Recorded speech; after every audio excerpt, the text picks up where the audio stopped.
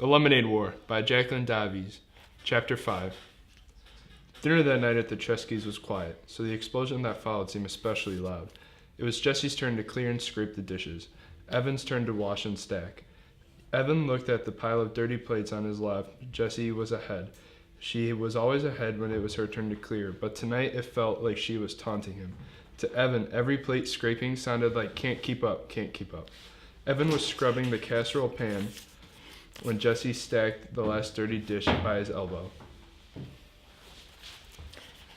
Then she stuck her hands under the faucet to rinse out, even saying, "Excuse me," and what?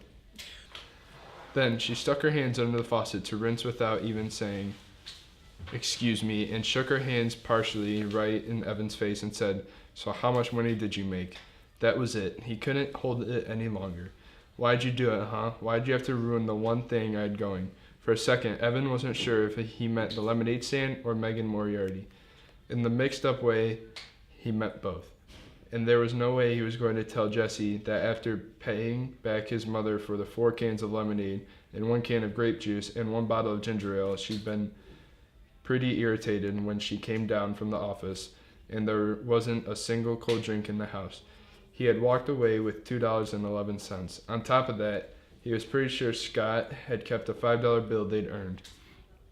Well, what was Evan supposed to do? Ask Scott to turn his pockets inside out?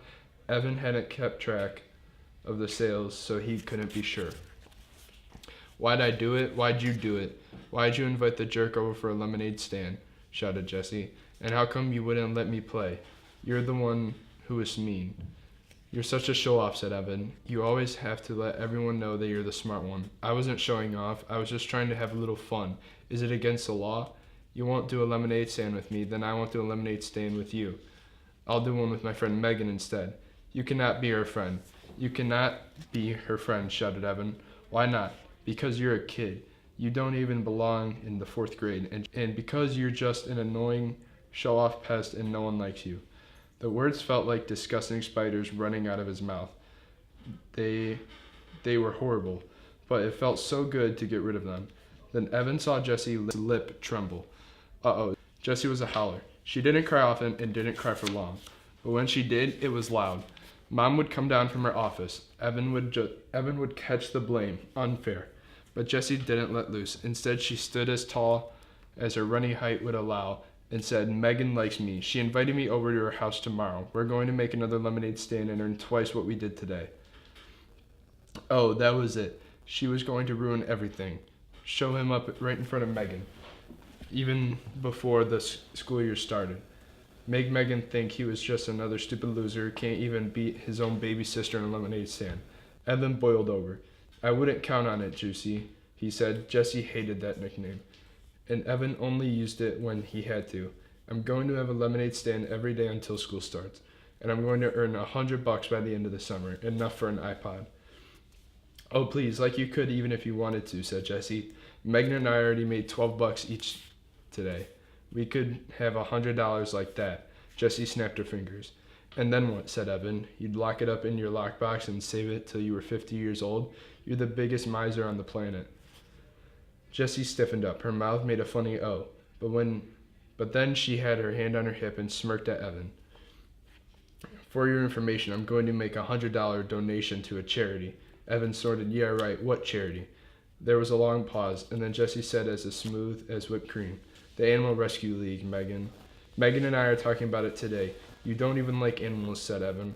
"Everybody likes animals," shouted Jessie. "And I'm going to give you $100.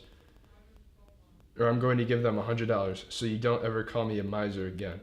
"I hope I never have to talk to you again," shouted Evan. "Hey," a sharp voice called from the stairs.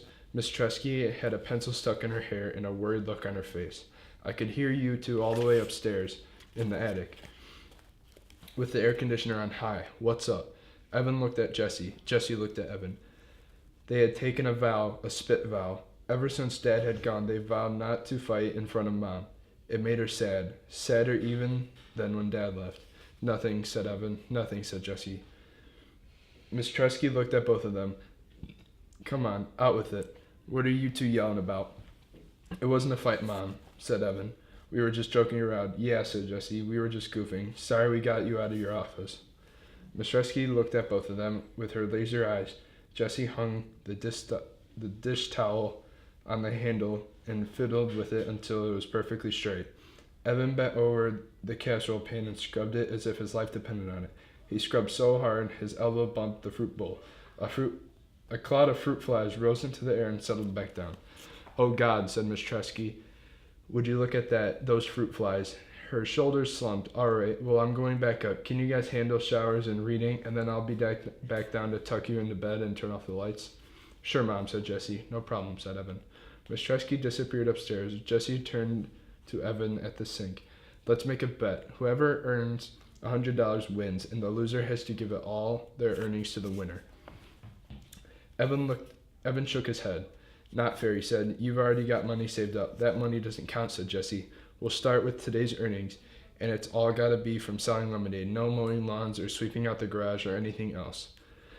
Oh, what if neither of us makes $100? Said Evan, not liking the sound of this deal. Then whoever makes the closest to 100 wins, and if we both make over 100, whoever makes the most money wins the bet. When do we count the money? Asked Evan. Jesse thought about that. Sunday night, right after those fireworks, or right before the fireworks. She looked straight at Evan. Huh? What'd you say? Evan didn't like bets. He really wasn't into that competition. He loved to play basketball and always give it his all. But winning or losing, it didn't make a difference to him. He just liked to play. But this was different. This mattered. If he didn't beat Jesse at this bet, if he couldn't win against his little sister in a lemonade war, then Evan thought of the school year stretching in front of him. It was all over. He might as well just give up on everything right now. It's a bet. $100 by Sunday night. Winner takes all. He shook his wet hands over the sink, dried them on the dish towel, and gave Jesse the most menacing look. You better